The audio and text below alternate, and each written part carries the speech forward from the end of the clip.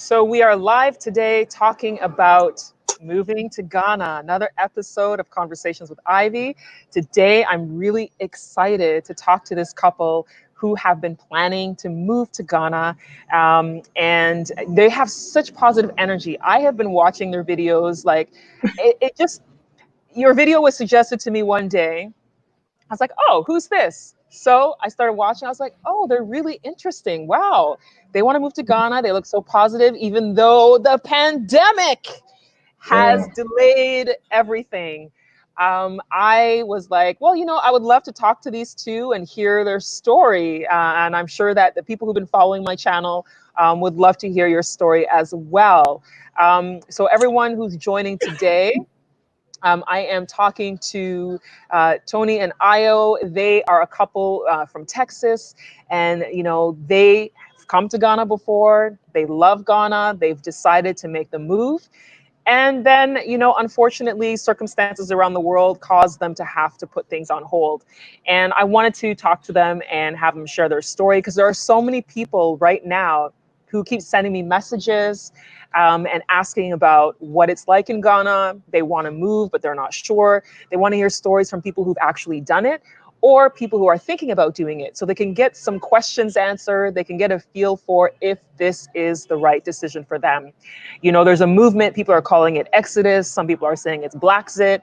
People, African Americans, Black people in the Caribbean, Canada, the UK, who are making the decision to move back to the continent, or to move there and they've never even been. They just feel this spiritual connection. They know that that's where Black people are from, and they want to make that transition out of where they are to somewhere new that they feel they can help build, help grow, and start something that will be life-changing.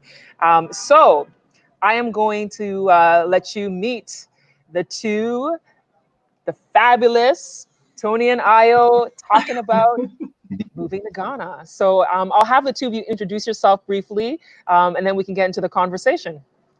Well, yeah, I'm Ayo. I am the official Ghanaian by birth. We were just talking about that a second ago. So my dad is Ghanaian and my mom is American. And although being born in America, I have traveled several times back to Ghana. So I come from it. I come to this conversation as a Ghanaian American, legitimately talking about returning to the place that my dad lives. And I think that's a little different for you. Yeah, for me, it's I fell in love with Ghana, going there a couple times now, and I just really love the people, the reception you get when you get there. Everywhere I went, all I heard was "Welcome home, my American brother," and that's something that resonated with me, because it just made you feel welcomed and that you were part of a country that welcomed you and wanted you there. So it was a major impact on how I feel. And like you said, the spirituality of it, it connected with me, and I just couldn't get enough of it. Yeah, so I think it's interesting that we come to this conversation with two different perspectives, as someone who is American born and a Black American versus someone who's a first generation immigrant and navigating that. So I think it's really interesting as we talk about all of these topics to see that our viewpoints are not exactly the same and our approach is not the same either. Right. So what I want to know is, what made the two of you decide to start a YouTube channel documenting this? I'll show everyone on the screen here. These two have a YouTube channel, which is Expat Life Ghana. Here's a screenshot from their page, Expat Life Ghana, Beyond the Return, where they're sharing their experiences and their reason for moving to Ghana. What made you decide to launch this? Well, I think, we have a lot of family in the States and friends and coworkers. And when we told them our plan to leave the US, I think a lot of them reacted like we were dying. Yeah. It was just like, oh, well, it was so great being friends all this time and good luck. Like we were falling off the face of the earth. And so yeah.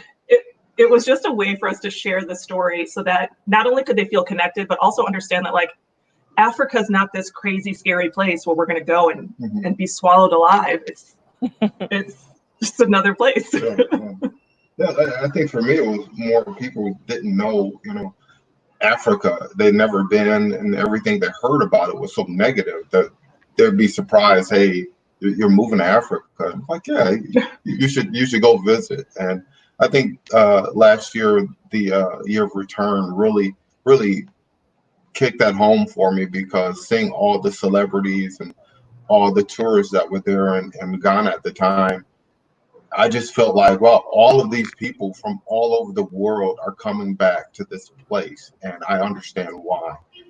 The whole country just felt like it wrapped its arms around you when you were there. So Yeah. I want people to understand, it's welcoming there, and it's a good place to go and visit, to make a decision to say, hey, I might want to go and see something different. And change the narrative a little bit about how people perceive Ghana and Africa, and the concept of leaving the U.S. purposefully to go somewhere else. Yeah. Now I want to ask you, I already know, because I've heard you talk about this on your channel, but for those who are tuned in and don't know much about you, do you have kids? Because sometimes couples want to move to Ghana, but they have children and they're a little like, what should I do? What's it going to be like? Do you have children, and how do they feel about moving, if they're moving with you? Yes. Yeah, well, we have an 11-year-old and a 5-year-old that'll be going with us. They'll be homeschooled to start, and we'll look at the area where we live as far as schooling for them later on. But yeah, they're super excited. They've been already, and they have family there, so it's a big welcoming home for them. A big reunion for them as well. Yeah, great. And then the 2 older ones are in college, and they don't care about us anymore. So they're like, see you, keep sending texts. And we just agree, yes. How old are they? The ones in college, because you look too young to have college kids. How old are they? Thank you so much. They're 18 and 19. So. Okay, all right. So are they going to come and visit you at some point, like when they're on their break from school, or? We would love that. I think they're a little harder sold on the concept of that. But I think when you talk about moving with children, I think we use that as a hurdle, when really kids are probably more flexible and able to move than we are. Like they're more capable of making adjustments. So it's actually, I think, harder for us as adults to make that leap. I think the kids do just fine. I mean, they make friends easy. They adapt to what they need to adapt to. So I don't think anyone should use their kids as a hurdle. And for Ghana specifically, like there are so many opportunities there to have quality education for your kids. In addition, just as we've seen the pandemic roll forward, there's now a lot more opportunities to learn online. So I don't think anybody should limit that option because of their children. I think they will be good. Okay. Now, so we all know what's happening in the world right now as far as the pandemic goes, because one of the questions I get often is, when are the borders opening? When are borders opening? I had someone comment on one of my videos today, when is the border opening? And I was like, ask President Nana Akufo-Addo, because I don't know. He'll make the announcement when they do. But for now, while the borders are closed, I know that it's causing a lot of challenges for people who want to make the trip here. So when that happened, how did that change things for you? Have you decided you are going to delay the move completely, maybe till next year? Or are you going to literally, when the borders open, you're going to come?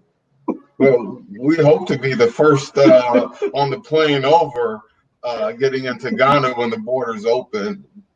This is something that we don't want to delay. I wish we could have made the decision earlier, so we would be there already. But definitely, once the borders open and we're able to buy plane tickets, that'll set the date for us as far as our move getting back over there. Absolutely. And there's been people are asking us too, like we know we have no idea when borders are going to open, but from the conversations that we've been having, there are so many people that are just like waiting in limbo, like for the flights to start and be able to make reservations and get this thing moving. So I know there are a lot of people who are waiting, and we're just at the mercy of the borders. Yeah.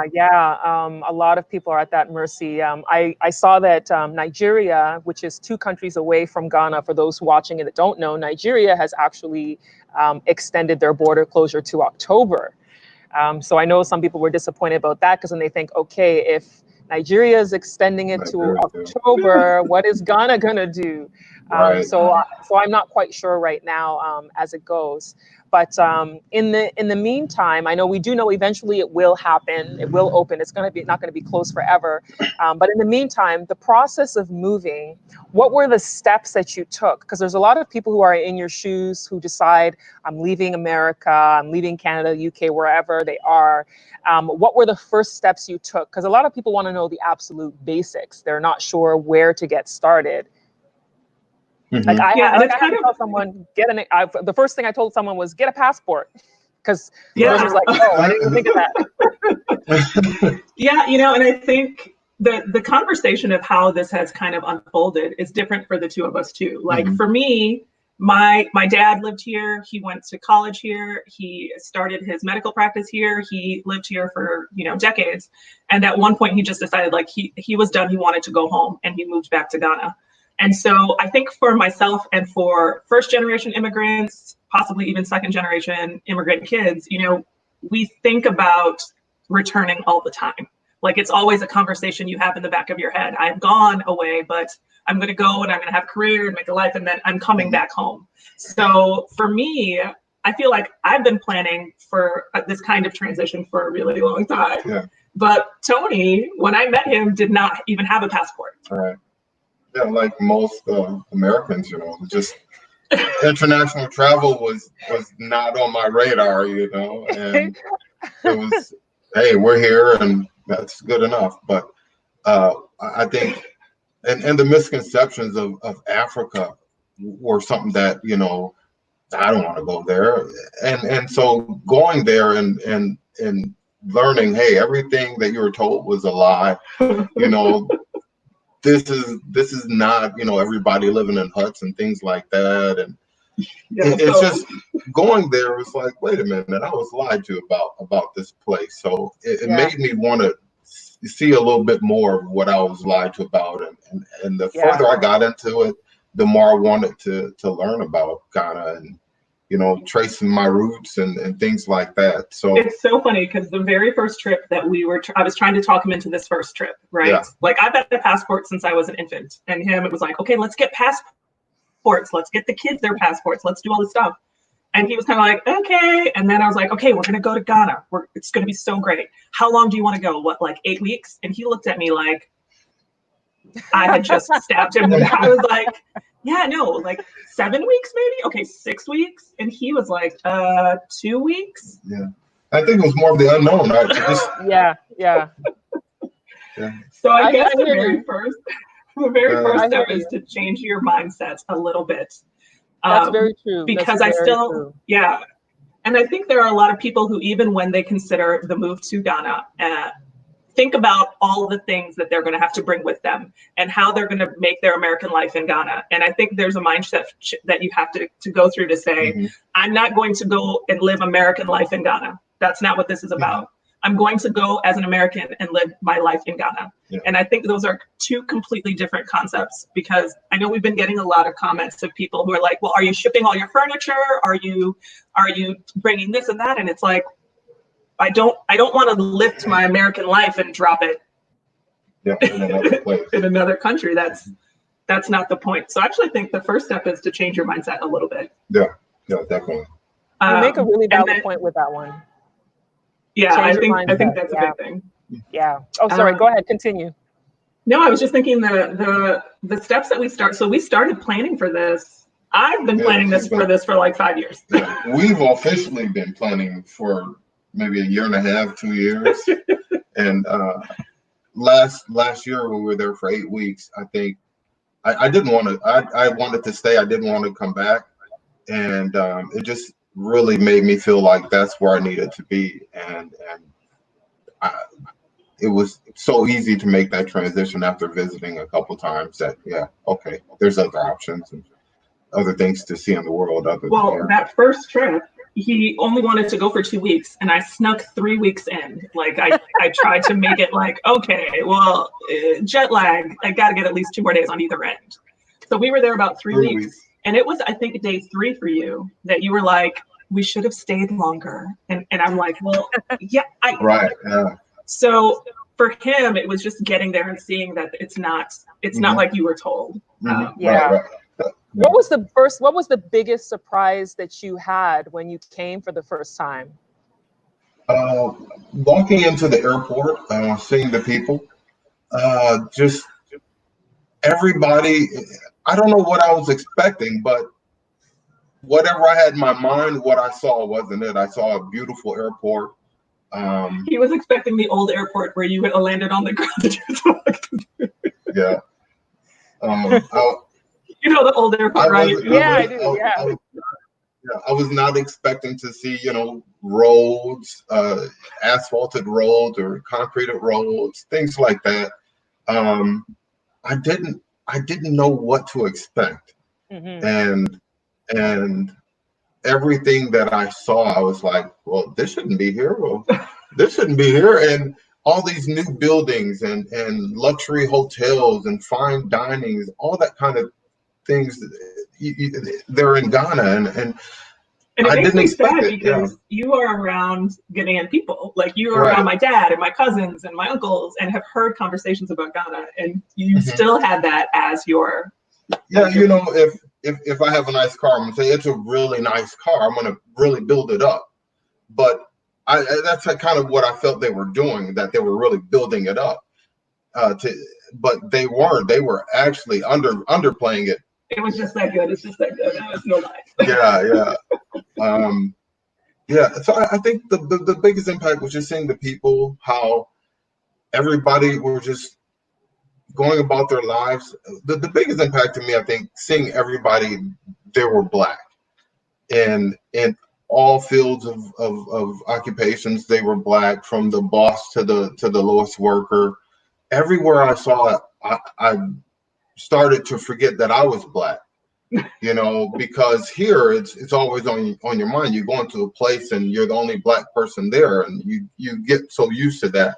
So getting comfortable, forgetting that you have this gift of Blackness that people might be offended by. You kind of get lost in feeling at home, and it was a beautiful feeling to and again, I think this is how we differ a little bit, because I always felt like, for me, being Black in America was very different. My dad used to say we didn't come on a boat, we came on a plane. So we're never going to understand the Black experience in the same way. And it took me to be a little older to understand what that meant, but I'd never lived my youth life in America as a Black American. I lived it as an African in America. Like, we were taught pride, and we had a different culture. And so when he went to Ghana for the first time and he was like, it's the first time in my life I wasn't Black. That to me was a little foreign, because I've never been so Black in America, that I was so hyper aware of it like you. But when he said that, I was like, that's deep. And I think a lot of people identify with that experience of going to a place and saying, everyone looks like me. And for you, everybody looks like you. I look like everybody. It's true. Because even for me, I'm much like you are, Ayo, where I was actually born in Ghana, and my parents took me to Canada as a young child. And then they always did the same thing as with you, where they instilled the whole culture of being a Black African. We were in Canada. I was a Black person in Canada, but I also was an African person, because that's where my parents came from and that's where I was born. But I also understood what it felt like being a Black person in a predominantly white country. Even in the area I lived, because there's parts of Canada where you have, a Black community, but where I was in particular growing up, I was usually the only Black one. So like in my high school of I think there was 1,500 people in my high school, and maybe 10 of us were Black, and of those, it was like me and my brother and my sister. And it's like almost half of them are the family. Right. Coming to Ghana, one of the things that I also experienced was the whole idea of not thinking about ever being the only Black person when I go somewhere. Yes, they recognize that you are foreign because they hear your accent and they know you've lived somewhere else, but they don't think I'm going to treat this person differently because they're Black, because they're also Black. Right. So that experience is something a lot of people identify with, for sure. Yeah, and I also like I grew up as a hyper minority, like really everyone in the community was mostly white. So I completely empathize. And my college that I went to was only 4% African American at the time that I attended. So it was me and like the football players, and that was all of the Black people on the campus.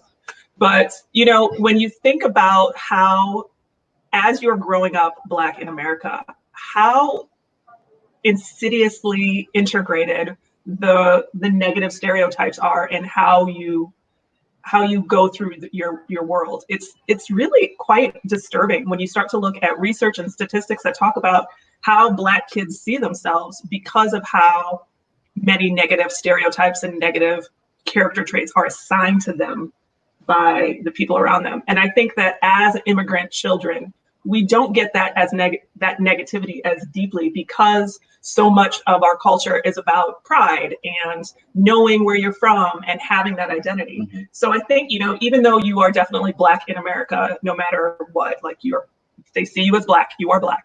I think there's an internal pride that changes when you live your life as an African in America or a second generation immigrant versus a Black American. I think there is a difference. Yeah. Definitely. The other thing some people ask about when it comes to moving to Ghana a lot of the time is how can they find work if they're looking for a job, or is it easy to start a business? So I want to ask the two of you, are the two of you planning to look for work or start a business when you come? Have you already connected with people that you plan on working with? Because it is definitely something people need to think about, because people aren't going to come and just have a vacation. You got to survive some way, somehow. Yeah. So what is the plan that the two of you had, if you want to share? Yeah, for me, I'm a former construction company owner. I had a general contracting company. So I did property management and home building. So I was looking to go maybe do something in that field. There are no immediate plans, but there's a need for housing there. And I think my skill set would be very good in Ghana as far as new technology building. So not really going out to look for work as far as a job or anything like that, but maybe work with an investor as far as getting some land, building some houses, things like that. But nothing in the immediate for me, but just I'm got my eye on some things, if you want to say that. Okay. And what about you? Before, when you were talking about planning for a move, and like I said, like this has been a conversation that I personally have had in my head for a lot longer than you have. So I think, you know, about 5 years ago, that was when, for me, it was like, okay, I need to get Tony to Ghana because I need him to see what it's like so that he can understand as I'm trying to have these conversations that there's a reality to me saying we're going to go move to Ghana someday and not like we're just talking about it. So at that point, it really became a conversation about how can we start to save money and put money aside for this future plan. So even as far as 5 years ago, we really did start to be more mindful of extra spending and where we can cut back, living a little more minimalist life, not being materialistic, because we knew we were saving up for something else. So we have been saving for this trip for a long time. I say that because I think as part of good planning, you should have that financial forethought of putting money aside. The only thing, you can't just save enough for your plane ticket and be like, it'll all be okay. You really need to have some financial forethought. But we started to try to figure out ways to generate, my dad is my guidepost, and he's always said, if you can find ways to generate US income and live a Ghana life, that is where you find success. And those things can come from, excuse me, having a home here and renting it out so that you're getting rental income, that you can have that as a reliable, passive income stream at home. And we know a lot of family and friends who do that, who have properties here so that they can have rental income there.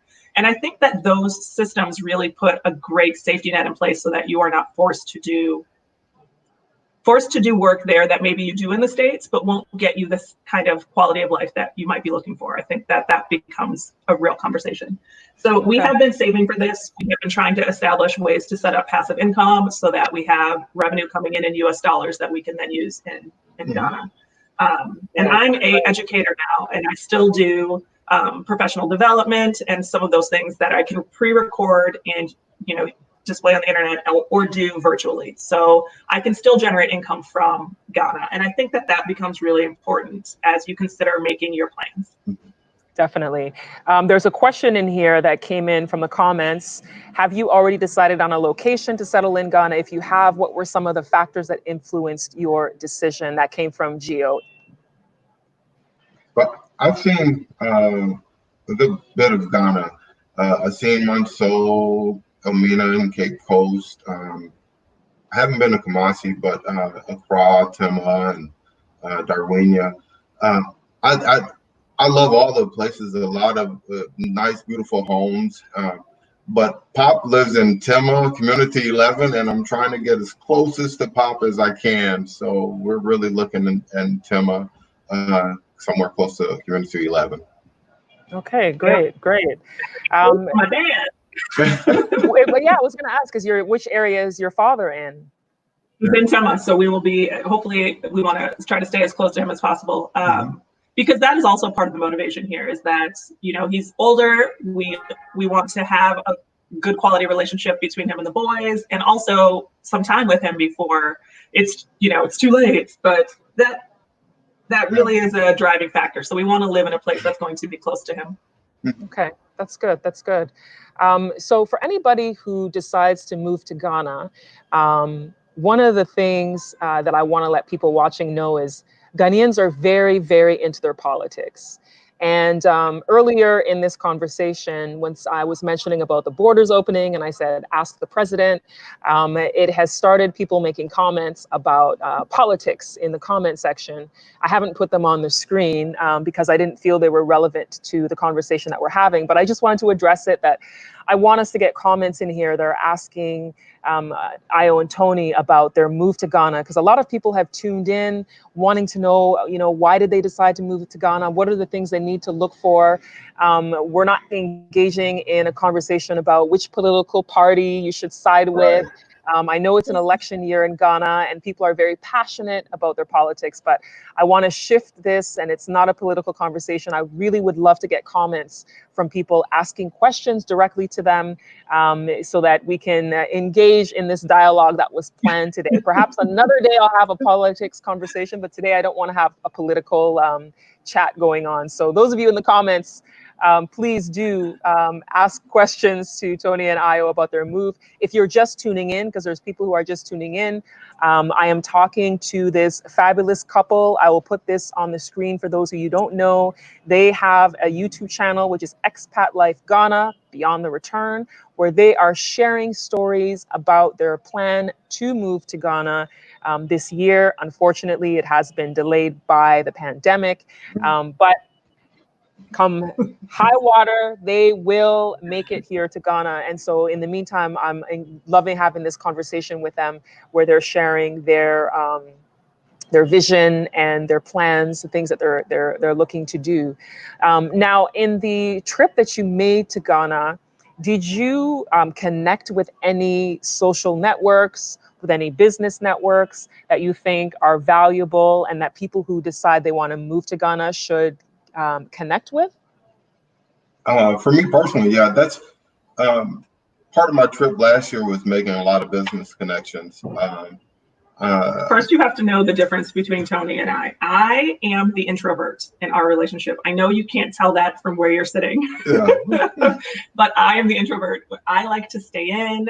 I like to have quiet meals. I like to do introverted things. And Tony is he's a go. So he's going to speak to this way more than I do. I met a couple people that do business there that were where were they in Cape Coast and Elmina area. A couple of people who were actually expats who were doing business there, and just getting insight from them on things that I could do where there's a need for investing, things like that, as well as you were able to go on some construction sites too, yeah, and like get to see how Ghana building looks different than American building. So that was interesting. Yeah, and to see where the trends are as far as what's happening, what's coming. There's so much development happening in Ghana right now that, you know, I just want to get in on it. So I was there spending a lot of time talking to people in different trades and getting a wherewithal with what's needed and what's going to be needed in the future. So, you know, I can see where my talents could be best used. And I love the idea of, and not just for Tony, but for anybody who's thinking about making this move to Ghana, is to take the skill set that you come with and figure out how to not only profit for yourself, but help Ghana profit as a country.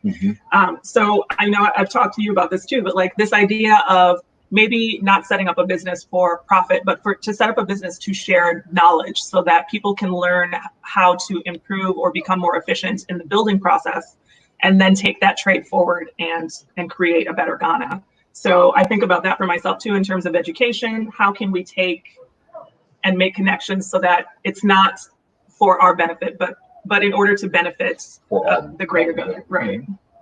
Definitely. So there's a comment here where someone says, when they haven't been to Africa, what is their thought about Ghana and entire Africa?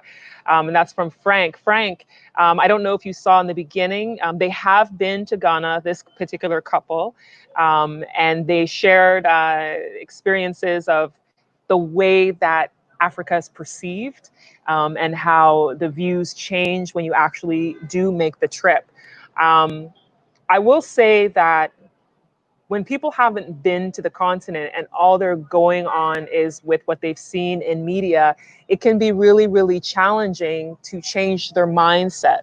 And for Ghanaians watching, or people from other African countries or other countries anywhere in the world, if you are talking about wanting to change the narrative of Africa or the narrative of Black people. So think of it like, so in America, for example, if you're an American and you're used to seeing movies where the Black guy is always the criminal and the thug, and then it trains people to think that Black guys are always criminal. They're mentally trained to think that way. Just like in Africa, if you're always seeing movies and TV shows that shows. Ivy, you're breaking up a little bit, but I'm going to piggyback on this idea for just a second. From because that's what you. Oh, I'm going to piggyback on this a little bit, because when we were in Ghana the last time, there was someone there, and we kind of mentioned we're trying to move to Ghana, and the face that this person made was just confusion. And they were like, "But you live in America now." Yes, we live in America now. Why would you want to come here? And it was so interesting to me to really think about the perception we have of each other, not only as Americans perceiving, Africans and Ghanaians, but also as Ghanaians perceiving Americans. This idea that when you come here, you are just, you live American life is so lush and luxurious, and it's so easy, and it's free of challenge. It's interesting to see how that kind of is the reverse narrative of what it's like to be a Black American. And I know you had a really deep conversation with somebody about that. Yeah, I had a Uber driver, Elliot, who went with me to Cape Coast, and we were talking about me moving to Ghana, and he says, "Yeah, I used to want to, move to America, go to America, but not so much anymore." I said, "Really? Why is that?" He goes, "Well, the internet. I see the violence and how they treat the Black Americans. I don't care. I don't care for that." And so I think with the invention of the internet, you get a better idea of what's happening in places, and you can actually see for yourself what's happening. It's actually not the same as being there, but it gives you a good idea of what's happening. So as you're saying, changing the narrative is very, very important, because you want as a country, you want people to come visit and to see what they're missing out on. So I think Ghana's doing a pretty good job of getting who they are, how they are as a people, and welcoming black people back to the country. That word is getting out there, and it's a movement. I feel it. I have a lot of friends now who are, really it's piquing their interest in going and visiting Ghana to read up on it, to see what's happening there. And I think that that's part of why I like doing the channel work and making these videos is so important to us, because we want to give a different perception of what's going on here. Like what is it really like? What does it actually look like? Mm-hmm. And hopefully that will change some of the conversation. Absolutely. Oh, did she freeze again? Yeah. So I'm gonna circle back, because I feel like maybe we left some questions unanswered when we were talking about getting ready to move and what that process is like. So definitely, as an American citizen, you want to get your passport. And as an immigrant child, like I've had my passport since I was an infant. I don't understand why Americans don't have them. Are you not even a little curious or want the freedom? So just go get it. Just even if you're not planning yet, just go get it so you have it. Mm-hmm. But then you will also need a visa to travel into Ghana. They have them for 3 years, or a shorter one and a longer term one. The longest one is 3 years. Get the 3-year one so that if you decide that Ghana is calling you, you don't have to go through the visa process again. And it's very simple to do the visa.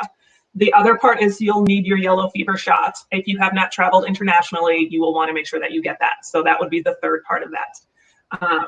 And then from there, it really is to make the financial decision to live a different kind of life here in the US so that you can better prepare for your transition. And if you can do that effectively, then you're going to set yourself up better. Some really important things to know is that when you rent in Ghana, they usually ask you for a year or 2 years up front. Yeah, you're back. Yes. So if they are going to ask you for a year or 2 years of rent up front, you've got to have that available. So you do have to make a financial plan before you even initiate a move. And again, if you can establish a way to earn US dollars and then live a Ghanaian life, you will do very well. And then the next, no, you're good now. Okay, all right. And then I think the next part, if you have kids, to really think about a time frame for what that's going to look like. We kind of chose this time for us because Luke is getting ready to go to middle school, and nobody likes middle school. Let's face it. Like in America, it's like the worst 3 years of your life is middle school. So now seemed like a good time for us to make this transition. So just to kind of plan that out, and I think those are really great first steps. Okay. My apologies for being frozen and dropping out there for a bit. This is one of the challenges for anybody who's watching and wants to move to Ghana. The internet is not always stable. So when I froze and dropped off, I switched. As I always tell people, I have 2 internet. I have this, which is my Vodafone MiFi. This will cost you about 400, between 350 to 400 Ghana cedis. To buy one of these for your internet that's portable, you can take around with you, and then you have to buy your internet to load onto it to take around with you. So I have that. This is what was breaking up from Vodafone. So I've switched to my cell phone as a hotspot, which is on MTN. So I do this switching during the live. Sometimes that's what happens. So for those of you who want to know, that's the deal with the internet. And we do have a video dropping today in just a few hours, and it's the 10 things that we hate about Ghana, and the internet is one of them. Yeah, the internet is quite a challenge. So I like the comment you made earlier about the whole passport situation. A lot of Americans don't have passports. For me, growing up in Canada, Canadians, it's a normal thing to get a passport. Most people I knew had a passport growing up. Even if you weren't going anywhere, people just had one just in case they went somewhere. So when 9/11 happened and the US made the mandate that you needed a passport to travel to visa-free countries like Canada, because it used to be Americans can come to Canada with just their driver's license, high school ID. And then so Canada saw a huge drop in American tourism because Americans didn't go get passports to come to Canada. So so for Americans watching, allocate the time to get your passport, because it's not something you can go in and then you get today, unless you're willing to pay the extra fees for like a rush on the passport. But now with the pandemic, I know that there's a lot of services that have been delayed or are completely shut down. Passports are one of them. Yeah. Oh my God, the passport delay. We did get an update recently because that was one of the things we talked about in being delayed. And they are now processing a lot more passports, but they are still just under 1 million passports behind in processing right now. So yeah, 1 million. Right. And that is the backlog. That's not including the new applications that are rolling in because people are anticipating being able to travel soon. So, you know, it is not something you are going to get overnight unless there is an immediate need, which would be like a death or a life and death situation, basically. Right. So yes, it's always been very strange. No passports. Yeah, it is. I think it's because America teaches you to travel within your own 50 states. They don't really push traveling internationally. It's always about do a road trip within America's 50 states. The only place you'll fly is Alaska or to Hawaii. Everywhere else is drive. I mean, Alaska, you can drive through Canada to go to Alaska. I mean, and I think it's also a little bit of America's the best. So why would you want to go anywhere else? Like, why would you ever leave America if America is number one? That is it. So I want to go to this comment that I had wanted to address before I froze, which was, will they be renting? And do they intend to build a home in Ghana? Well, we'll start out renting. We'll have to look and see where we want to build, but I think we'll eventually get to build in Ghana. There's a lot of properties that are distressed and could use to be renovated or finished building. So there's a lot of options out there after we rent and get comfortable with where we want to live. And Tony has rehabbed houses here in the US. And I think that there's an untapped opportunity there to come into a community and take a house that is run down or needs to be renovated and then improve it so that you improve the community around. So I think that's something to also think about, and in terms of the impact you can have. Yeah, definitely. So another question for you, which is what drives them? What is their passion? And as a couple, how do they manage to keep the continuity going and not give up the hope of settling in the motherland?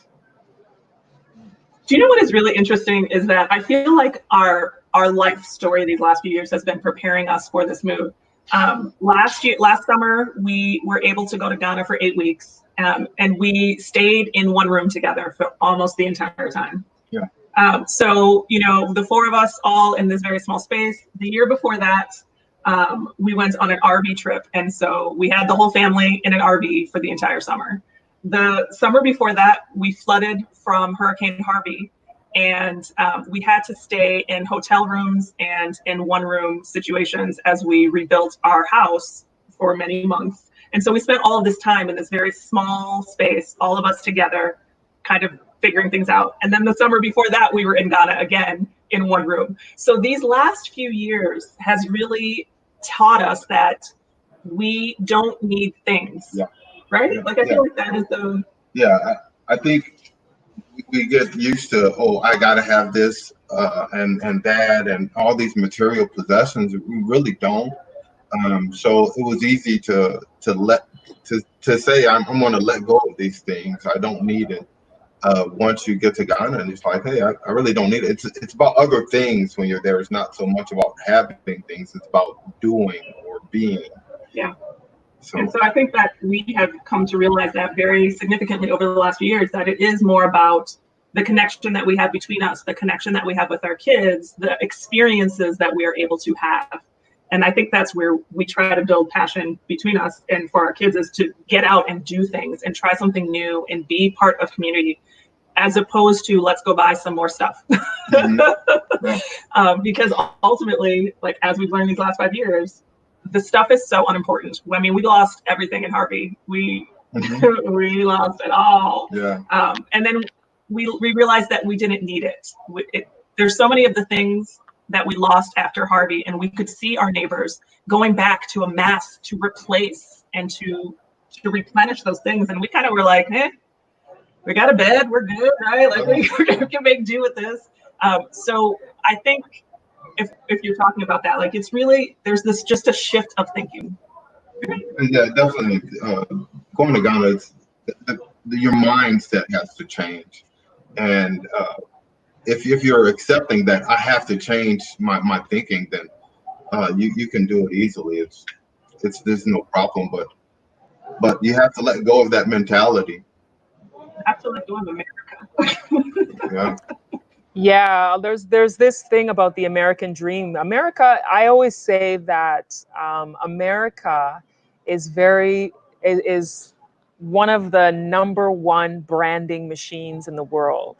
Mm-hmm. You know, America has branded itself in a way that it makes a lot of people around the world dream of going to America, whether they're from Africa, whether they're from France, they're from Czech Republic, they're from, you know, so many parts of the world. There's this American dream that is sold through movies, through the news. And I think that this is the first time in history that that dream is kind of crumbling.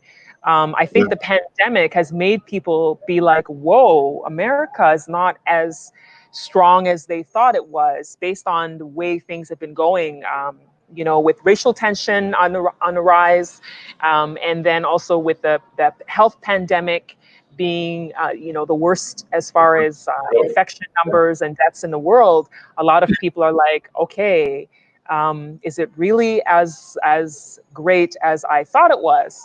So I think people's minds are shifting already because of what's happening in the world right now. So I don't know. People have to travel to see what's around in the rest of the world. So I'm glad to see people are opening up their mind and seeing opportunity in other places. Let's go to the comments. There was somebody who asked about which middle school. The comments have been moving down, but I missed it. But someone asked about the middle school, but let me find it. There it is. What school is their middle schooler attending in Ghana? I think you mentioned homeschooling earlier, so you can address that. Yeah, I think, you know, our plans have definitely changed in these last few months with the pandemic, whereas we were very confident earlier on about being able to find a school that would cater to both of the boys. I think this just recently kind of thought, well, maybe in light of everything, we will do a little bit of homeschooling and possibly bring in someone who can help us to keep the kids on track and help them do their studies and also learn the local language so that they are making some academic process just to get through this phase of figuring it all out.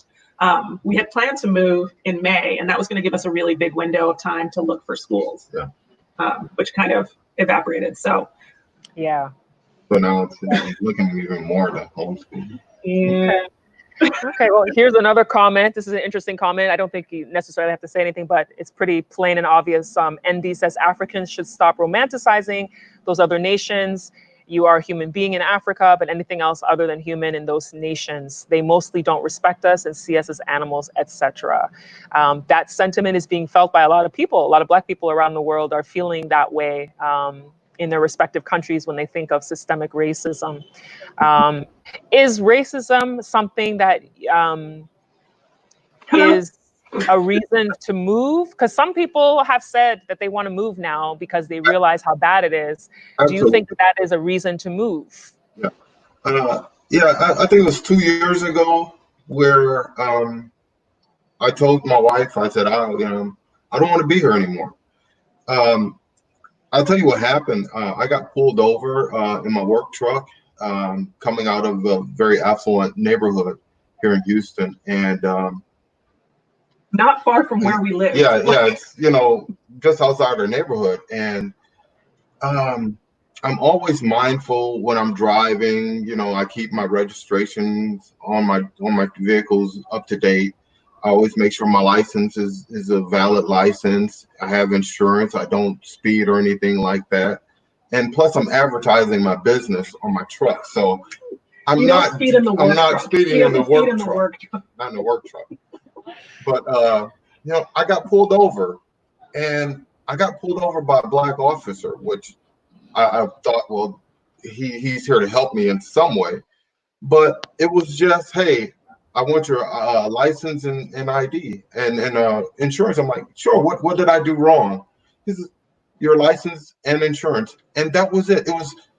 his only intent was to know who I was, why I was in that neighborhood, and what business I had there. Not, he didn't look at me as this could be a resident going someplace. That he didn't look at me other than, a subhuman. I saw that in the comments. Yeah, a subhuman, because I'm a former police officer, by the way. I've had a little stint in Oh. as a police officer here in the States. So I knew when he pulled me over what he was pulling me over for.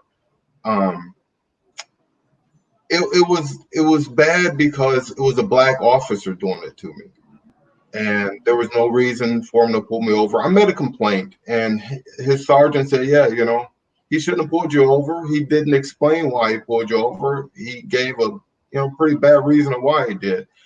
And none of that was explained to me. And you got to let, if people don't feel comfortable with police officers, your community is going to be bad. And I think you see that's happening in America right now. Okay, and you had really sugarcoated the situation. Like, that was like the most vanilla version of him telling the story I've ever heard. Yeah. But that situation escalated. I'm glad you said that. You're like, sugarcoated. Right? Yeah. It was so sugarcoated. Like, you had a moment where you weren't sure if you were going to make it home. Yeah. Yeah. So to be in a situation where you're not a criminal, you've not just robbed a bank, you are just Black driving in America, and the police feel empowered to not only pull you over, but to escalate that situation and make it something where you have to wonder if you're going to get home that day. And what's unfortunate about what she just said is that I sugarcoated it. And oftentimes when we talk about the subject, it's almost like a given that my life was in danger. That I was thinking, what was the last thing I said to my wife? I was roughed up a little bit, thrown in the back of the car for a while. So when she says I sugarcoated it, I really did. But it's just, when we talk about interactions with police here in America, there's always that it was a life or death situation. Anytime there's interactions, we always feel like that's our reality. So for me, the racial tensions in America, I'm 50. I think 40 years ago, I had to talk with my dad, hey, you're going to be driving soon, how to act, what to do, what not to do.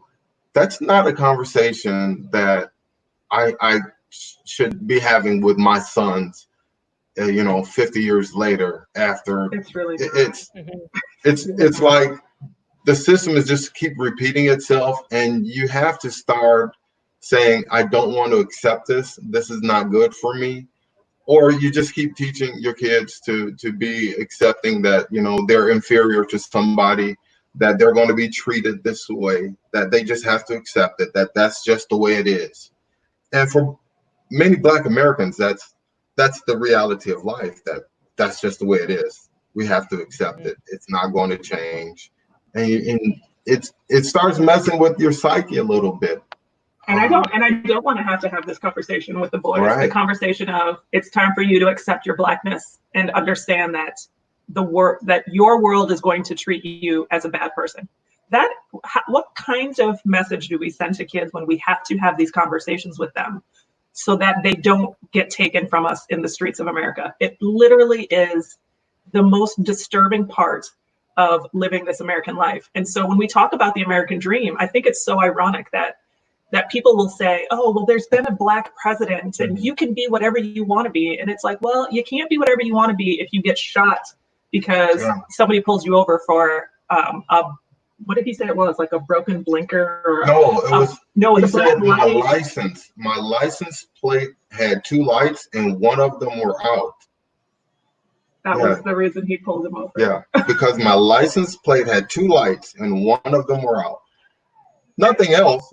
You're doing the speed limit. You're changing lanes. And this conversation is just pervasive. It keeps going. I remember seeing my dad get pulled over in our driveway. Mm-hmm. I was like, I didn't know you could get pulled over in a driveway, but we lived in a more very nice affluent white area, and they probably saw this dark Black guy and they pulled him over in his own driveway. And to be a grown man and have to explain what you're doing at your own house. Yeah, Your I've wife seen so many videos like that now. I've seen so many videos online like that now. People getting stopped in their own property. So yeah. So it goes back to a lot of people have sent me messages saying that they want to leave America because of the racism that they experience. They want to move to an African country. So I want to shift to one of the comments here from Kwame Nyame, who asked what skill or business idea are they looking to bring to Ghana? You did kind of touch on this a little bit earlier, but for those who missed it in the beginning and are just tuning in, if you could just quickly go over what your intentions are when you come into Ghana. I want to say, but I don't. But well, if you're starting something that you don't want to say publicly, you don't have to, because I mean, business. Sometimes people have business ideas. You don't want to. You're more confidential. You don't have to tell. Yeah. Because hey, somebody's always listening, and they might be a step closer than I am. Yeah. But my background is in construction and project management, so definitely I'm looking to get into some kind of investing there. There's a lot happening, and it's a developing country, so we want to see a lot more development there. So just expect to see something for me in that field. And then I think something really important to consider when you are in the West and you're trying to plan for a move to Ghana and plan the things that you're going to do there, I think it is really important to have a moment where you are in the continent and you can see where the need is, and then mesh that with something that you're passionate about. I talk about this with you all the time. Like, I feel like there's so many fields and areas and places where there's an opportunity for someone to come in and take that entrepreneurial stance. And it really is just about meshing what you love with what you see and making something happen. So that's kind of where we're at. And a lot of people have to understand that sometimes when people leave one country for another, it's about starting their own business. Because a lot of people who ask about coming to Ghana to find a job have to understand that you are probably best to come and do some investing or start a business. Just like people who leave their countries and come to America, you hear about people opening up corner stores or whatever it may be. They've also left and they're starting something in the new country too. So it's a good idea to think about what you may want to invest in Ghana or in other African country if you choose another African country. We have someone here, Chris Bird, who's asking if you plan to become an intermediary for other African Americans planning to move to Ghana. I've seen a lot of people who are kind of getting into that space now. Yeah. It's starting to be a competitive field, but I think we've talked about that a little bit. And once we're there, being able to more, be able to help people more while we're there, it's kind of. I mean, right now, I think we're trying to inspire people to make that move and take that chance. And I think that's kind of at the forefront of our thought process now. But I think maybe as we go forward, there is a lot of apprehension to being an American and then getting on a plane and going to Ghana and figuring it all out. So there's a lot of space for people to make a return experience for African Americans who are looking to have that authenticness in their journey. If we can contribute to that, we'd love to. But yeah, I have a lot of friends who's interested in agriculture. Getting healthy, a lot of healthy eating and things like that. So they're like, hey, what is the farming like there? And one friend in particular, Mike McGee Jr., hey, holler at me, man. He wants to see what's happening in agriculture over there. So definitely when I get there, I'll have contacts that I can share with him and say, hey, this is the guy, this is what he's interested in. What can you do for him? And, And I think that will feed into this kind of possibility of having people come to have an experience so that they can see what opportunities are there for themselves as well. Definitely. Anybody who's tuning in, I am talking to Tony and Ayo. They are a couple planning to move to Ghana. They have a YouTube channel for those of you who just joined the live stream. This is their channel that you can subscribe to on YouTube. They already have over 1.3K subscribers, and they've only been on YouTube for just over a month. and they're getting a following, a lot of people sharing and watching their videos, which is fantastic. It just goes to show you how many people are interested in making a move to Ghana or just traveling to Ghana. I always tell people to make a trip first before they make the decision to move. So I'll read some of the comments here. Kwame Nyame, I'm into data analytics and business intelligence, and I'm hoping to bring more of that education and growth in Ghana as well. Thank you for your contribution, Kwame. And then we have Nana Kwame, who says, establishing renewable energy business, particularly recycling, is welcome to partner with me. So if anybody's watching, he's put that in the comments. You can comment after him and you can communicate about partnering together. One of the things I love is when people start to collaborate on things. I've had a couple of lives where people connected afterwards to do a business and do other things. So it's fantastic when I see that. We have Rachel, who says, I'm so proud of Tony and Ayo for following their dream. You know Rachel? Yeah, that was my college roommate. Okay, great. So it's great to see they are part of us, not just investment in Africa. I like that comment. They are part of us. That's great. I love seeing how there's this shift of people looking to make the move to an African country. Because for me, growing up, there was a time when it was like not cool to be African. People made fun of you, called you names, those kinds of things. And so in Canada, there's a lot of diversity of Black people. So we have Black people who are descendants of slaves. So there's the Black people who were brought to Canada in slavery. Then you have the Black people who escaped from America through the underground when slavery was abolished in Canada, and they came to Canada for so-called freedom, but there was still segregation happening. And then we have the Black people who have immigrated from other countries, particularly African and Caribbean countries. So we have this diverse mix. And so it was cool to be Jamaican. So you'd find that there's some African kids pretending they're Jamaican, because they want to be cool. So it wasn't cool to be from an African country. But now, years later, suddenly it's cool, with the Afrobeats music that's popular and, the culture and everything. So now there's a little bit more of a sense of pride. And it's nice to see people's mindset changing. I think also with what you had said earlier with the internet, and people sharing stories, it is allowing a different narrative to be told. Yeah.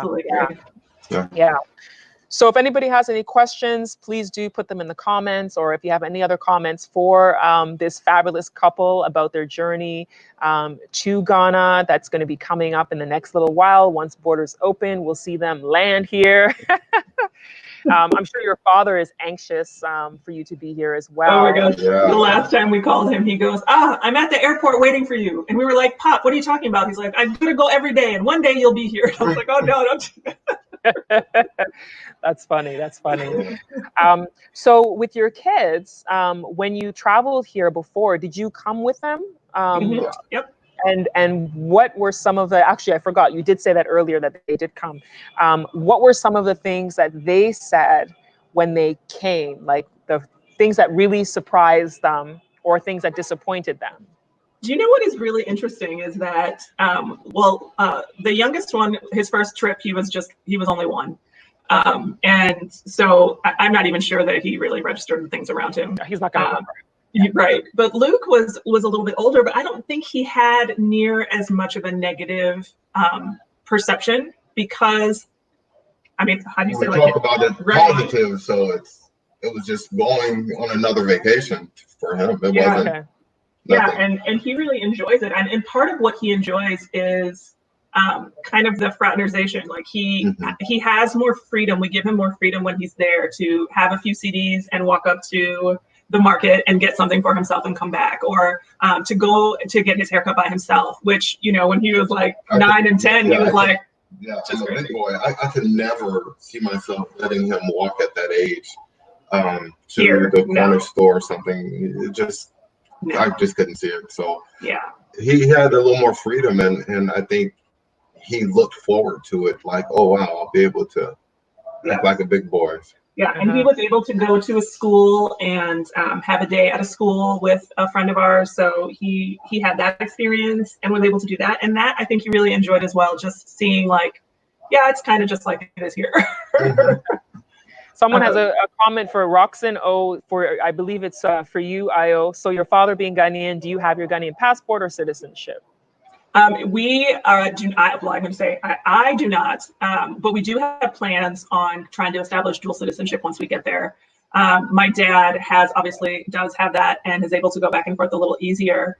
But, you know, when we think back, when I think back about all the travels, like the first time I went to Ghana, I was 1. And when I came back, I no longer spoke English because I had just been so submersed.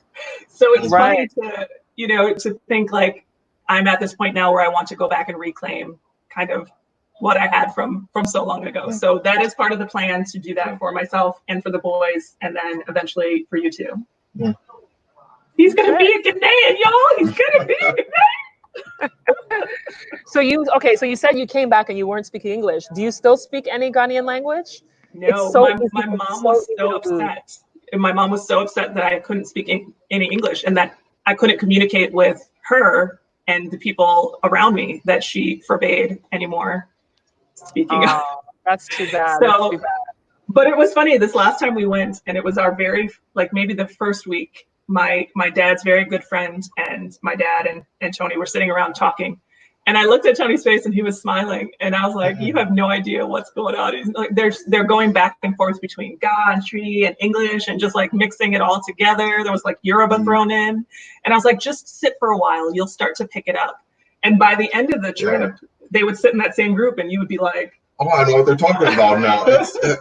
It's like, I don't know what they just said, but I know they're talking about this situation and this happened. And I don't know how, but it was just hearing the same words over and over, and then realizing, hey, that word means chair or goal or, you know, something like that. And then you put a couple of words together and you can figure out what somebody's talking about. So when we go back, we've asked them to minimize English for us when we first get there, so that the people in our environment are going to force us to learn.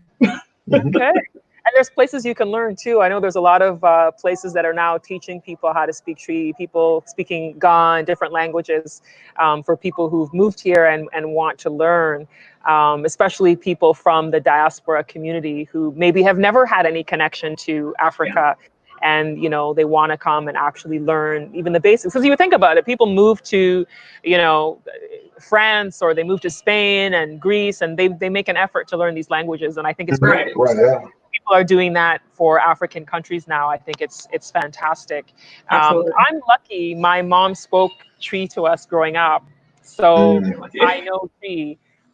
Although I have a little bit of an accent sometimes when I speak it, so people sometimes, you know, some people will make fun. And some people will be appreciative that, hey, oh wow, you lived in Canada almost your whole life and you can actually speak it. Yeah, that's pretty impressive. I'm impressed. There was one time I was in a situation where there was some meetings happening, and there was like a group of people on one side of the office, and then there was me and a couple other people, and someone told a joke in Tree, and I actually started laughing, and then everybody's head went. You understood? And I was like, yeah. And they were like, we didn't know. Oh my gosh, that's your secret weapon. That's not a secret anymore because I'm talking about it on YouTube here. But a lot of people don't know that I understand Tree and I can speak Tree, and I always throw people off, especially in the market. It's fun. It's fun sometimes. Anybody moving to Ghana, you know that they give you the foreign prices. It's really funny. It's really funny. I mean, it's not only in Ghana that it happens. I know people who travel to other countries and talk about, you know, foreign prices. Like when I went to Cuba many years ago, same thing. They had foreigner prices and then local prices. So it happens. It happens. Soulful Cecil says 8 days in Ghana in 2019 and ready to move back forever. Beautiful, simply beautiful. I am so glad. It was 8 weeks. Yeah, you had 8. 8 weeks. Yes, 8 weeks. Oh yes, you had 8 weeks in Ghana. Yes. It doesn't take that long. It doesn't take that long. Yeah. Yeah, there's a lot of people I know who come and they fall in love and they don't want to leave. We ran into a ton of people when we were there. Other Americans who were traveling, and the same thing. Yeah. Walter Beach. Shout out to Walter Beach. He's a former football player from back in the 60s, one of Uh-huh. the political activists from back in the day. And that was his first time going to Ghana. And he brought his family, and they're doing the same thing we are now. Loved it so much, and now looking to get back to move there. So him and his son, Arif, they're looking at, bringing, I think Arif is into, he's tech savvy. Yeah, he's tech savvy. So I think he's looking to bring a business there. And so, yeah, we've met a lot of people there. I think a lot of people were there for the year of return as Yeah, well. So yeah. there were a lot of diasporans already kind of doing the tourist piece. Right, and right. to have conversations and see how many people were legit like, oh no, we've decided this trip, we're moving here. It was great. Mm-hmm. Yeah, the year of return was definitely a monumental year. And I worked with the year of return. I don't know if you knew You that. did a great job. Good job. Great job. I mean, that was tourism genius. It was literally tourism genius. It was one of the most amazing experiences I've had in my life. Ever. For those of you watching the video who don't know, I've mentioned this in my videos in the past. I was working as part of the Year of Return Secretariat. I was in the digital team. I was managing the social media for Year of Return. And I had to go to almost every single event related to Year of Return, cover the events. It was at half of them.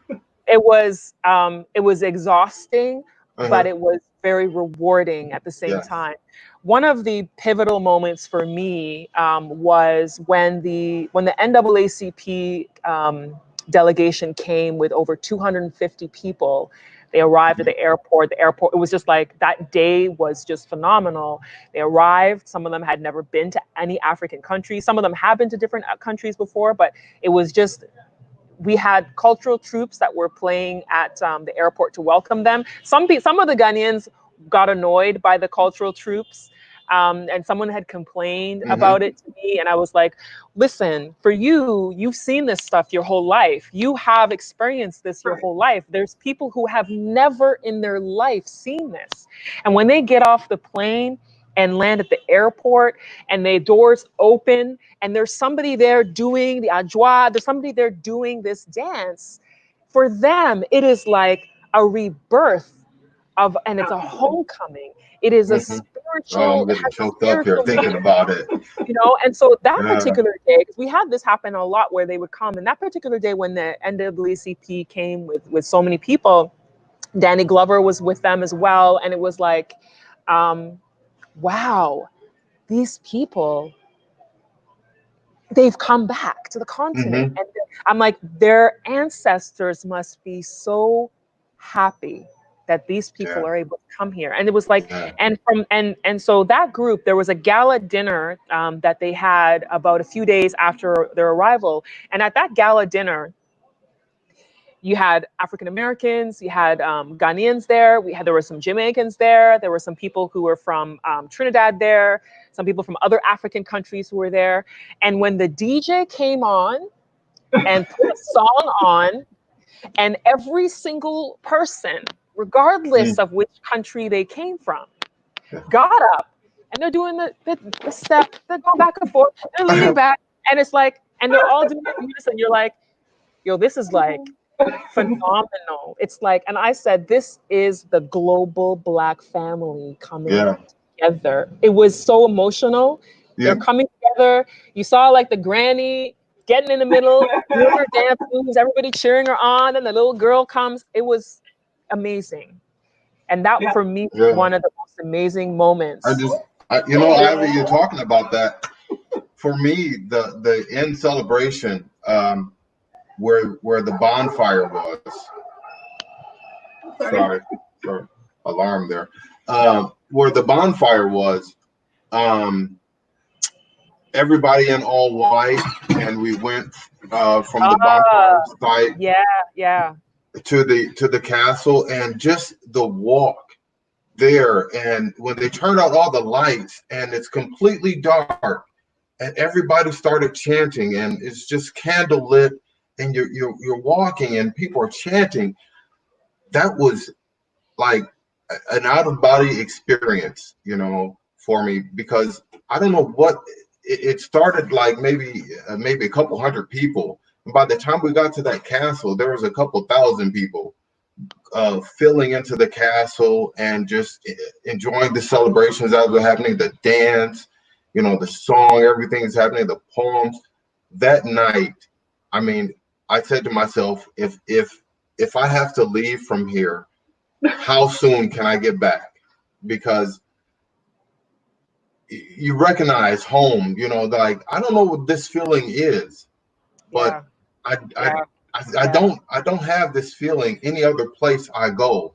I can travel, to see other Black people or other countries, but I don't get this feeling when I go to other places. So that night for me, mate, that was it. It was, I have to be here. This is where I have to be. You knew you had to be there. Yeah. But that really, that was the last nail to it. But it's interesting because I think in the States, there's this kind of thought process, like going back to Africa is a threat, like if you don't like it in America, go back to Africa. Like you don't want to go. Yeah. So it's really, I can't stress enough how important it is to change this narrative of how we perceive African nations and what that connection is for Americans and Blacks around the world, to connect with other Blacks and get this conversation of like shame and out of the equation. Yeah. Well, we've been having a great discussion. We've been on for a while now. It's been an hour and 15 minutes. We're going to wrap up in a few minutes. So I just want to say that so that anybody who wants to have any either additional comments or questions for them, you can put it in the comment section and we'll do our best to address it before we wrap up. I would like to ask the two of you to give your top, let's say top 3 reasons that you think people should consider moving to Ghana or traveling to Ghana or any African country. Top 3 reasons. Top 3 reasons. My top 3 reasons. Let's see. I'll say the people. If there's a welcoming feeling you get when you get there. Let's see, the weather, beautiful weather. The weather along with the coast, beautiful land, and jollof rice. You just said jollof rice. Are you serious? Yes. I'm going to say something that's going to make a lot of Ghanaians probably hate me right now. I think jollof rice is overrated. Oh, really? Oh, no. I think jollof rice is overrated. And I know we're about to see your comments go crazy. I don't know why you would say that out loud. Oh, boy. Oh. I've said it on Instagram before because there's the whole Nigeria versus Ghana, which, first of all y'all who don't know, Nigeria and Ghana did not invent jollof rice. She's trying to lose people here. Look at 80 people just got to They didn't invent it. Hey, it's from the Senegalese. It's from the Senegalese people. It's from the Senegalese people. Yeah. So, but it was perfected in Ghana. Perfected in Ghana. I like wache. Wache is a rice that comes from the northern region. That is for me, wache is better than jollof. That's my opinion. So, somebody quickly. Somebody has a comment here before you give your top 3 reasons. Ayo, share your story of your husband being more Ghanaian than you when you went. I saw that on your previous video. It was just so funny because everyone assumes that Tony is the Ghanaian in the situation and that I'm the like drag along American who can't wait to get back. And it's like the opposite. Mm-hmm. So it was just so funny to have people approach, and they approach Tony as a Ghanaian person. And he's like, huh? And I'm like, no, I'm the Ghanaian, y'all. It's me. I'm the one. So it always made me kind of chuckle. And they expect him to speak local language. And the name too. Her name is Ayo, and I guess that's more reserved for boys. So right. So somebody's. It looks like somebody's correcting me here, saying that no, it's not from Senegal. It's from Gambia. Well, I've heard the two. I've actually heard about the Gambia. And I've also heard Senegal. So from that particular area, which is the Wolof people. So yeah, the Wolof people are from that area. They invented it. So so I'll take that. But somebody's agreeing with me that Wache is the best. Yes, Ivy, I'll take Wache any day over jollof. Thank you. Oh, no, here it goes. And then someone says Wache is black eyed pea and rice. Yes. And they use sorghum leaves to cook with it to get the flavor and the brown color of the rice. Yes. Thank you, people who are supporting me on that. So Ayo, your top 3 reasons that people should move to Ghana. I think community is a big thing. You know, when you're walking out in the neighborhood, people make eye contact. They say good morning. You feel welcome. So there's this very deep sense of community. I think there's also a lot of opportunity, and I can't say that enough to really consider not only what you can bring to Ghana, but how you can improve the nation at large. And then the last thing is kind of a little more personal. It's to live a different life. I've said this before on a video. It's like you live in the States and you are just go, go, go, go, hustle, hustle, hustle, hustle, and in a way that almost feels hollow. Yeah. And so I think there's a lot to be said about changing your environment in this significant of a way to find more bliss in your life and more meaning in your everyday. And I think that really drives my decisions in terms of moving. Great. I've seen a couple of comments in here about healthcare, which I did not put on the screen. I would love to have a conversation about healthcare with some healthcare professionals in the future. What I will say to people who are thinking about moving to Ghana is that it is important that you consider healthcare, because the reality is when it comes to an African country, there are challenges with the health infrastructure. Specifically with Ghana, the more money you have, the more access you have. So very much like how in the US, people have insurance and they co-pay for part of the cost. That exists in Ghana as well. Even with the government hospitals that are supposed to be more accessible, there's still a fee people pay. There is a national healthcare scheme where people get a card and it's supposed to help them as far as with some of the costs for their healthcare. But you get better healthcare when you can pay money for the private clinics, for the private hospitals, and you have better access if you live in Accra than if you live in other parts of the country. Some of the best doctors will be in Accra and not other places. For those of you who don't know, I used to host a TV show which called the Maternal Health Channel TV series. In that show, I traveled across Ghana. I've been to the northern region. I've been to Brongohafa. Like, I've been all over this country. I've been to places that are not even on the map. Places that are not even on the map. Like, there was one place we went to where we drove about 2.5 hours from the city of Salaga in the northern region. And then from there we got to a lake. We had to get into this boat, this canoe that this guy had would canoe us across this lake. We got across the lake. Then we had to get on a motorcycle another 20 kilometers to get to the village we were going to talk to them about how they don't have a health clinic. They don't have a midwife. They don't have a doctor. So they wanted to talk about what they need, you know? So there have been things I have seen in this country when it comes to healthcare that are not good. And then there's things I've seen that are fantastic. It's interesting, as you have a conversation about healthcare, how much healthcare in the United States is necessary because of the life that we live. And so I think that there is something to be considered in terms of, you know, the food that you consume, the materials that you're in contact with, the pollutants that you are interacting with every day, and how that changes your healthcare needs. So for all those people watching, if you are going to Ghana to live an American life and you are going to consume processed foods and eat lots of sugar, you are going to have to really consider your healthcare options. But, you know, I think there is something to be said about eating and living a more natural life and how that can greatly impact your healthcare needs. So something to think about in that dichotomy. Definitely. So I tell people, have money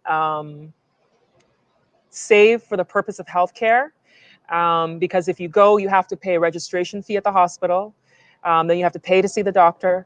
Then you have to pay for the tests that you need to do.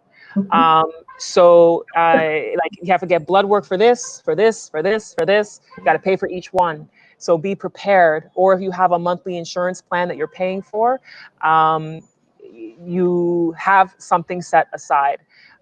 So do your research when it comes to healthcare. If you have pre-existing health conditions, especially, it's very important that you do your research before you make the move. But I'll make some really good points regarding how you eat. There's a lot of people who eat healthy, a lot of people who take herbal treatments. There's a lot of access to things that are not in other places, other countries, or they're cheaper here. Like, getting moringa. Moringa is really good for your immune system, and you can get moringa really cheap in Ghana, but it's expensive if you go to like Whole Foods in America or in Canada. So there are certain things that are accessible and natural. Like, I got a whole box of mangoes the other day for the equivalent of what would be $5 US. I got 6 massive mangoes, and one mango might have been $5, So and that's that conversation of deciding how you're going to live there. Like, I can't say it enough. If you think you're going to go to Ghana and live an American life, then maybe this is not the right choice for you. But my dad got sick the last time we were there. We actually had to take him to get some health care services. And it was very eye-opening to see, if they gave you a vitamin, you owe for the vitamin. If they used 2 needles to do the IV, you bought 2 needles. Like, everything had a price. It wasn't for a service, it was for all of the pieces. And those were sometimes hard to, like, one service is here and one service is there, and you've got to go here at the certain time. And you do take for granted how streamlined the healthcare system is here in the West. You can still get all of your services if you have time and money. Yes, definitely. So so I'm going to go to the comments. Somebody asked me, Ivy, Kofi's asked me, when am I coming to Pennsylvania? I have no idea. I don't remember the last time I've been to Pennsylvania. It was probably 2014 was the last time I think I was in Pennsylvania. So I don't know when I'll be in Pennsylvania again. Sorry. And then somebody had asked about the exchange rate. The comments are moving here. The exchange rate, $1 US, it's usually about 5 Ghana cities, 50 pesos. It fluctuates between that and up to 6 cities. So that's the exchange rate. And then someone commented here asking who the guests are today. The comments keep moving on me. Oh, here it is. Kofi's asked who the guests are today. So you must have tuned in late. We are wrapping up soon. This is Tony and Ayo. They are a husband and wife. They have a YouTube channel. They are planning on moving to Ghana. This is their YouTube channel. Do subscribe. It's called Expat Life Ghana Beyond the Return. Check them out. They have some really interesting stories they're telling as they plan their move to Ghana. Thank you, everybody, for your comments. Someone is talking about guava in Ghana. I love guava juice. And it was, and when we went the first time, they wanted to take us out for American food. So they took us to a pizza place, and we went out for pizza, and the cost to eat the pizza was exorbitant. It was just like, it was like 285 cedis for pizza. And I was like, I think we spent on pizza what the workers probably made for the whole week, the whole 2 weeks, the month to work there. So, also kind of consider the financial impact that you have on the greater community when you choose to continue living American life there. Yeah, there's some people who move and want to live the American life still. But sometimes you got to let go of those ties. And you can do it. It just costs. Yeah, it just costs. Yeah, you can do it. A lot. Financial backing to do it. Yeah, definitely. So I'm loving these comments coming in. I don't see that much difference in the US when you get the bill from the hospital. It itemizes everything you pay now or later. The difference in Ghana, in the US, I actually ended up in the hospital in Detroit many years ago. And in the US, they still treated me and I got the bill later. In Ghana, they will not treat you if you do not pay first. Yeah. Yes. If you do not pay, they will not see you. Yeah, exactly. That is exactly right. They will not see you. That's why I said have some money saved. You do not pay, they will not see you. So that's the difference. And that's a huge difference. There's a lot of people who go into severe debt in the US trying to take care of their health needs, but they will still treat you. You still get treated. And when we were there and we kind of went through this process with my dad, it was like, man, if you need something, you better bring your wallet when they ride you off. You're gonna need it. We taking her to the hospital. The first thing is, I said, "Get my wallet," and she said, "You think I should grab some extra cash?" And I was like, "Yeah, grab some extra cash because I don't know how this is going to go. We didn't know what to expect." So I'm glad we needed the extra. Yeah, we needed the extra cash. And listen, people are loving the two of you. I think that's why your YouTube channel is growing so much. Ola Sumbo says, "I love seeing Black love. They look happy together." Yes, you guys, you instantly drew me in when I got to your channel. You came up in the suggested videos because anybody who watches YouTube, you get these suggested videos, and you popped up one day. And I was like, "Oh, who are these two? Let me watch them." And I was like, "I love them," so I commented, and here we are now chatting. That's awesome. Hey, yeah, thank you for having us on. It's been fun. We're such a different couple. Like she said before, she's more the introvert, and I'm the extrovert, and our backgrounds are so different too. That us coming together, the thing that brought us together, I think, was like our mentality on family and how we want us to be. And other than that, we're just so different. So different. Like I would never have picked, like on a dating show, I would never have picked him. I wouldn't have clicked his profile, and like there's nothing about, he would not have picked me either. No. But every time we got together, it was like I would laugh so hard and then have great conversation that I was like, well, I guess we could try again another day. Here we are. I don't know how many years later. That's fantastic. I love love. I love love. A million years later. A million. A billion? I know it's a lot of years. Oh, I love it. I love you guys. So thank you so much for taking out the time today. I appreciate everybody who tuned in. We have been on for an hour and a half. I'm losing light. I'm outside. Oh, wow. Oh, yeah. Right. That's right. I'm sitting on this patio, and it was nice and sunny. And in Ghana, if you ever decide to move to Ghana, that was one of the things. Because it's close to the equator, it is 12 hours of daylight, 12 hours of darkness. Every day the sun sets at the same time, rises at the same time. So it's not like, so when I first moved, that was a big adjustment for me, because in Canada, when it's summertime, the sun is out till like 9, 10 o'clock at night. The sun is out, so I was like, it's like, but here, by the time it's between 6 and 6:30, the sun just starts going till it's gone. But the beauty is I have not had to shovel snow in years. There you go. Nobody knows. The struggle is real. The struggle is real. So thank you so much. I appreciate it.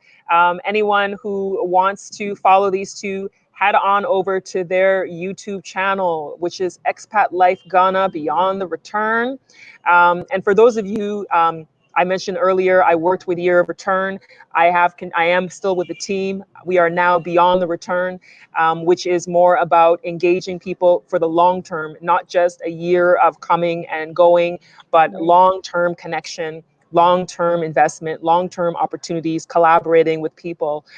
So you can visit the website beyondthereturngh.com for more information about what's happening with Beyond the Return. Unfortunately, a lot of things have been delayed because of the pandemic and border closures.